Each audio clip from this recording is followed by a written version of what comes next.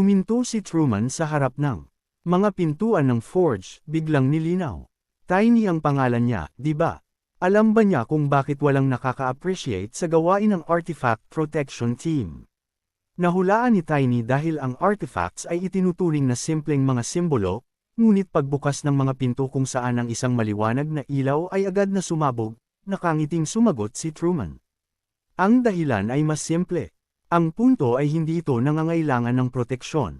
Kaagad niyang sinubukang tumingin sa loob, ngunit sa wakas ay pumasok silang dalawa sa isang maluwang na silid kung saan ang gitna ay ang Divine Artifact, Humanitis. Si Tiny ay hindi napigilan ang sarili at agad na bumungad kung gaano ito kalaki at kaganda. Nabanggit ni Truman, gayunpaman, na hindi pa rin malinaw kung bakit ito nagagawang lumutang. May isang alamat na ang isang karampatang tao ay hindi man lang mahawakan ang artifact. Kaya naman hindi nito kailangan ng proteksyon. Okay, dapat nilang tingnan kung ang lalaki ay may kakayahan na hawakan ito. Pero sa pagtalikod niya ay laking gulat niya na iniabot na ni Tiny ang kamay sa Humanitis na naging dahilan ng paglabas ng maliit na spark. At bigla siyang napabulalas. Itong isang ito ay may ikapitong antas. Sa sumunod na sandali, isang tinig ang narinig. Isang bukol ng liwanag na tila hindi kayang sakta ng sinuman mula sa mundong ito ay may kapangyarihang makapunit ng lahat ng bagay na dayuhan. Si Tiny, hindi naglakas loob na bawiin ang kamay. Nagtataka, nagsasalita ba ang hadlang? Siya lang ba ang nakakarinig? Dahil ba sa kakaibang sensitivity niya sa mana? Pagkatapos ay nagtanong siya ng malakas tungkol sa ningning na ito, kaya ang hadlang mismo ay isang artifact. Makakagalaw pa ba ito? Tinapik agad ni Truman ang balikat ni Tiny at bahagya pang sinabing, may divine artifact lang ba ang pakikipag-usap ng lalaki? Maya-maya, pagbalik nila sa bakanting training ground, sabi niya, sa tuwa, may talento ang binata sa mga nakakagulat na tao. Siya ay gumugol ng maraming taon sa detachment na ito, ngunit ito ang unang pagkakataon na nakita niya ang Tiny na ito na naglalakad sa tabi niya at nakatingala sa kanya. Napansin na ang matandang ito ay kulang sa lakas, ngunit hindi bababa sa ipinagmamalaki niya ang kanyang trabaho. Ang iba sa pangkat ay hindi katulad niya. Biglang huminto si Truman, tumingin sa unahan at tumawa sa gulat. Nakilala nila ang isang miyembro ng Kingdom's Knightly Order, si Greg Simbo. Tinanong niya agad kung anong negosyo ang pinuntahan niya. Gayunpaman, si Greg na dumaan ay walang pakundangan na nagsabi na hindi siya pumunta upang makita ang kapitan, ngunit paglapit kay Tiny, tinanong niya ang buong pagkapuot, siya ba ang tinatawag na banal na kalahating elf? Inaantok pa rin siya, napansin niyang quarter elf lang siya at the same time, idinagdag pa ni Tiny sa sarili na ito ay kasinungalingan din. Nakangiting nanunuya, biglang tumayo si Greg Simbo sa isang fighting pose at inulit si Elf, ang bayaning nagparusa sa Dark Magicians. How dare he na magsinungaling sa Royal Palace? At pagkatapos ay nagmamadali sa pag-atake, sumigaw siya na agad niyang ibunyag ang kanyang tunay na pagkatao. Si Tiny, nananatiling kalmado noong una, ay napabuntong hininga na lamang at sinabi sa tonong naiinip, "Siyempre, hindi naman sila basta-basta maniniwala sa kanya." Pagkatapos ay tumalon siya ng husto sa gilid, hinawakan si Greg sa braso at inihagis sa sarili, natumba siya sa mga tile na bato. Huminga ng malalim, Greg, Simbo ay patuloy na nagagalit sa sakit. Siya ay isang hanggal na batang lalaki, ngunit si Tiny sa kabaligtaran, nakangiti at nakatingin sa kanya na may halos galit na tingin, napansin na tila ang knight ay nakakapagsalita pa rin hanggang ngayon. Masarap ang pakiramdam niya. Pagkatapos noon ay muli niyang hinawakan sa kamay si Greg at nagsimulang tumamas sa lupa, itinapon ito sa magkabilang gilid habang sumisigaw sa sakit. Sa wakas ay sumigaw siya na kinikilala niya siya sa lahat ng oras, pinagmamasdan sila ni Truman at naaalala siya ni Tiny.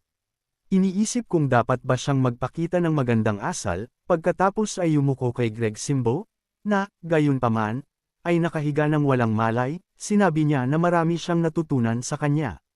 Si Truman, nagulat dito, ay nagtanong lamang kung ano ito. Ang buong eksenang naganap sa training ground ay pinanood ng isang tao mula sa itaas, isang lalaki na nakangisi na napansin na mayroon silang isang medyo kawili-wiling batang lalaki. Hindi nagtagal ay dumating ang knight sa site at medyo mahilig makipagdigma. Ang una sa kanila ay lumapit at pinagbantaan si Tiny gamit ang isang armas, inihayag na ang kanyang pangalan ay Robert Dumble mula sa Imperial Knights Order. Totoo ba ang tsismis na natalo ng bata si Greg? Ngayon ay susuriin nila kung ano ang kaya ng bata. Ngunit hindi man lang niya pinatapos si Robert, at napatumba siya sa isang pag-atake.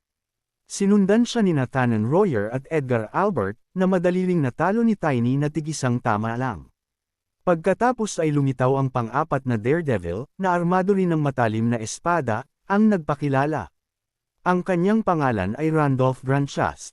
Siya ang commander sa utos ng Imperial Knight, at gusto niyang subukan ang kakayahan ng binatang ito sa mga salitang ito, nagmamadali siyang umatake. Ngunit nang magdikit ang kanilang mga sandata, si Tiny, salamat sa kanyang hammer, ay itinapon pabalik si Randolph, papalapit. Inamin niya na ang commander ay hindi bababa sa mas kapaki-pakinabang ng kaunti kaysa sa iba. Gumawa siya ng pabor sa kanya. Kaya oras na para ibalik ito ni Randolph Branche. May kilala ba siyang hustle? Ngunit si Randolph ay halos mawala ng malay, matapat na sumagot na hindi niya narinig ang tungkol sa kanya.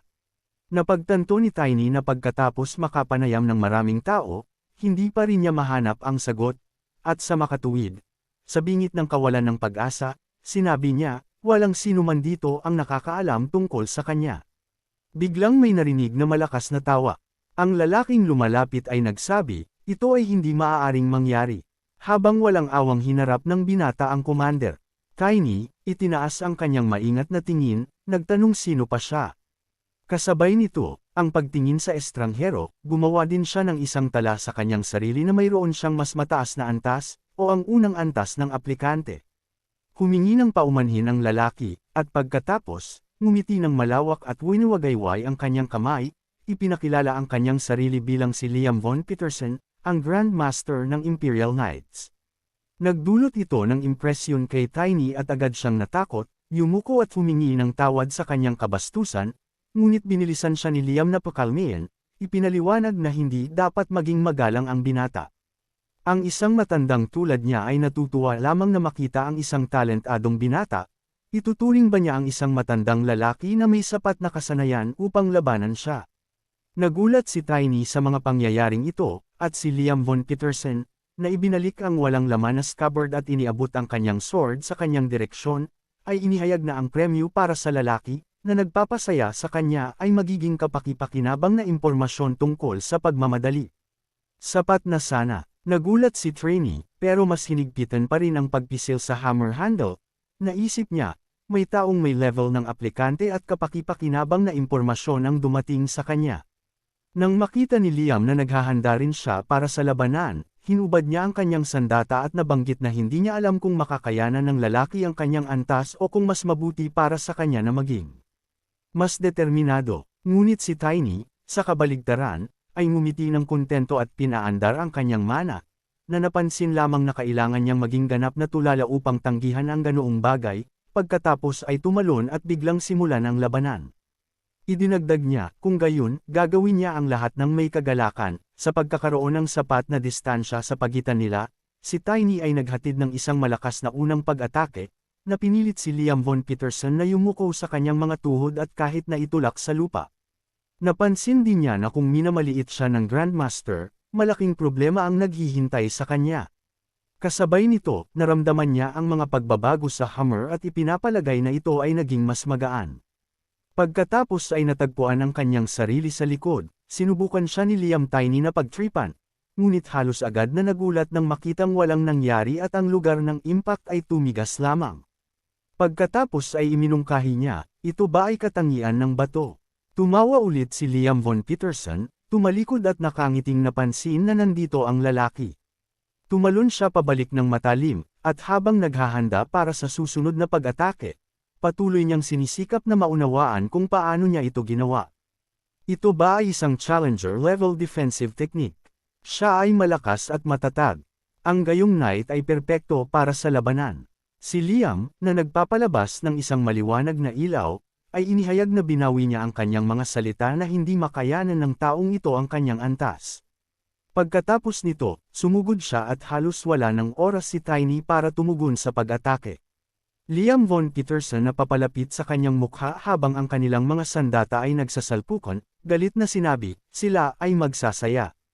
Sumang-ayon siya sa tono na katulad ng sa kanya, ngunit paano ito magiging iba?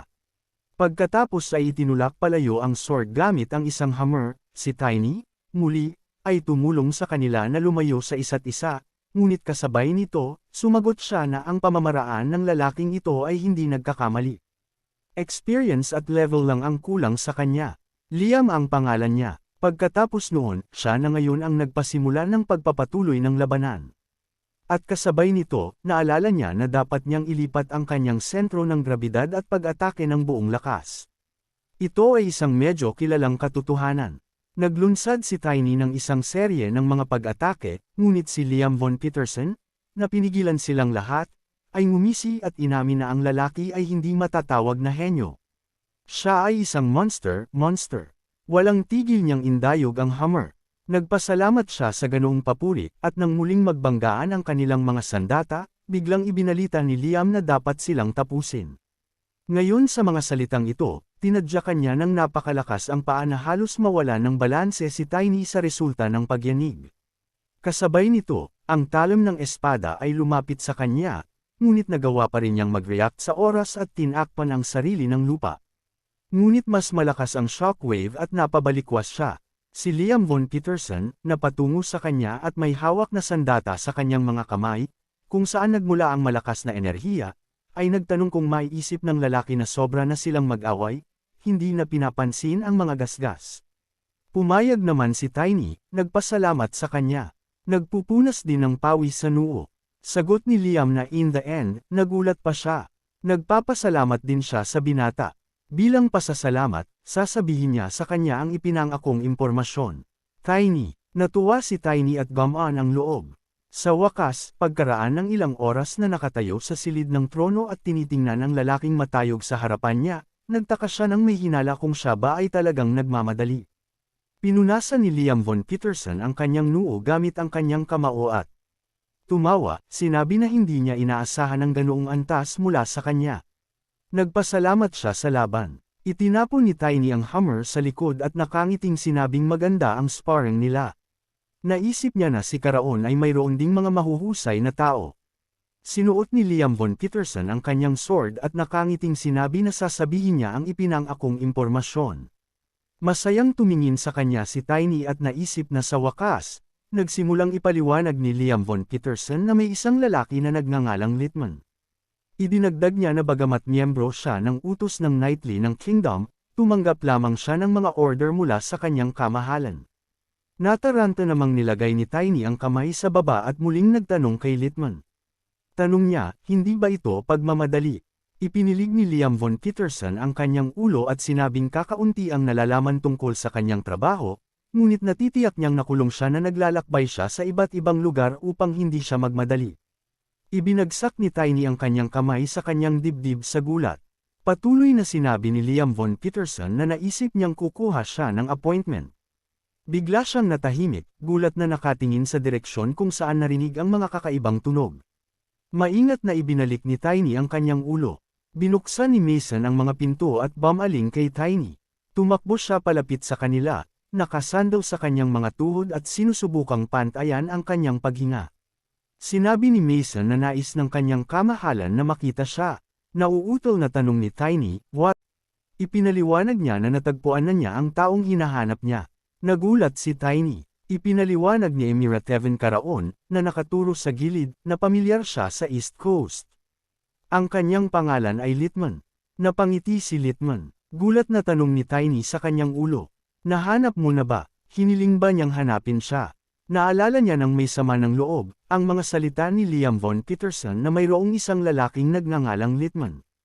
Napaatras si Tiny nang mapansin niya ang paglapit ni Litman sa kanya. Akala niya si Liam Von Petersen ang nagsasalita tungkol sa kanya. Sinabi ni Litman na natutuwa siyang makilala siya ay tumigilid ng nakangiti at sinabing alam niya na siya ay isang bayani na pumatay sa mga tagasunod ng demonyo. Tanong niya, bakit kailangan niya ito? Napakamot ng ulo si Tiny sa pagkalito at tumawa. Aniya, isang karangalan ang makilala siya. Si Tiny na sumumpa sa isip.